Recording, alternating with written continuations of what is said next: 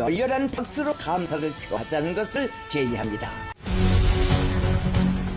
পিয়ংইয়ংয়ের রাজপথে সারিবদ্ধভাবে দাঁড়িয়ে আছে শত শত বিশাল রকেট লঞ্চার। ৬০০ মিলিমিটার ক্যালিবারের এই মাল্টিপল রকেট সিস্টেমগুলো বসানো হয়েছে বিশাল ট্রাক চালিত মোবাইল প্ল্যাটফর্মে। আকাশের দিকে তাক করা লঞ্চ টিউবগুলো যেন নিঃশব্দে ঘোষণা করছে উত্তর কোরিয়া যুদ্ধের জন্য প্রস্তুত।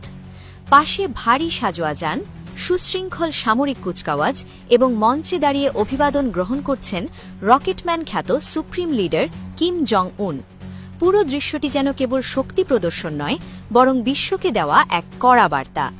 এই দৃশ্য দেখে অনেকেই মনে করছেন বন্ধু রাষ্ট্র ইরান যখন বিপদে, তখন কিম জং উন হয়তো এভাবেই পিয়ংইয়ং থেকে সংহতি আর শক্তির বার্তা পাঠাতে চাইলেন।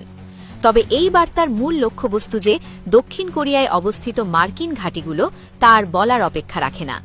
কিমের অস্ত্র ভাণ্ডারকে নতুন করে সমৃদ্ধ করেছে এই ৬০০ মিলিমিটারের মাল্টিপল রকেট লঞ্চার সিস্টেম, যা সাধারণ কোনো অস্ত্র নয়, এটি পারমাণবিক ওয়ারহেড বা বোমা বহনে সক্ষম। কিম জং উন এই সিস্টেমকে কৌশলগত মিশন সম্পন্ন করার উপযোগী বলে বর্ণনা করেছেন, যা মূলত পারমাণবিক সক্ষমতারই স্পষ্ট ইঙ্গিত।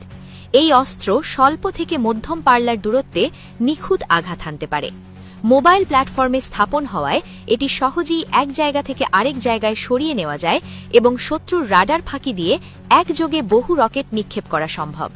সামরিক বিশ্লেষকদের মতে এটি প্রচলিত কানানের চেয়ে বহুগুণ বিধ্বংসী, কারণ একই সঙ্গে একাধিক পারমাণবিক বা উচ্চ বিস্ফোরক রকেট ছুড়ে এটি শত্রুপক্ষের পুরো প্রতিরক্ষা ব্যবস্থাকে নিমেষেই গুড়িয়ে দিতে পারে। যদিও উত্তর কোরিয়া দাবি করছে এগুলো প্রতিরক্ষামূলক অস্ত্র, কিন্তু বাস্তবে এগুলো তাদের আক্রমণাত্মক সক্ষমতাকে এক নতুন উচ্চতায় নিয়ে গেছে। এর ফলে সরাসরি হুমকির মুখে পড়তে যাচ্ছে দক্ষিণ কোরিয়ার রাজধানী সিওল এবং সেখানে অবস্থিত মার্কিন ঘাঁটিগুলো। যে কোনো মুহূর্তে এই রকেটগুলো আগুনের বৃষ্টি হয়ে ঝরে পড়তে পারে। এই বিশাল মারক রসদের উন্মোচন করা হয়েছে ওয়ার্কার্স পার্টির নবম কংগ্রেসের শুরুতে। অর্থাৎ এটি শুধু সামরিক ঘোষণা নয়, এটি একটি জোরালো রাজনৈতিক বার্তাও বটে।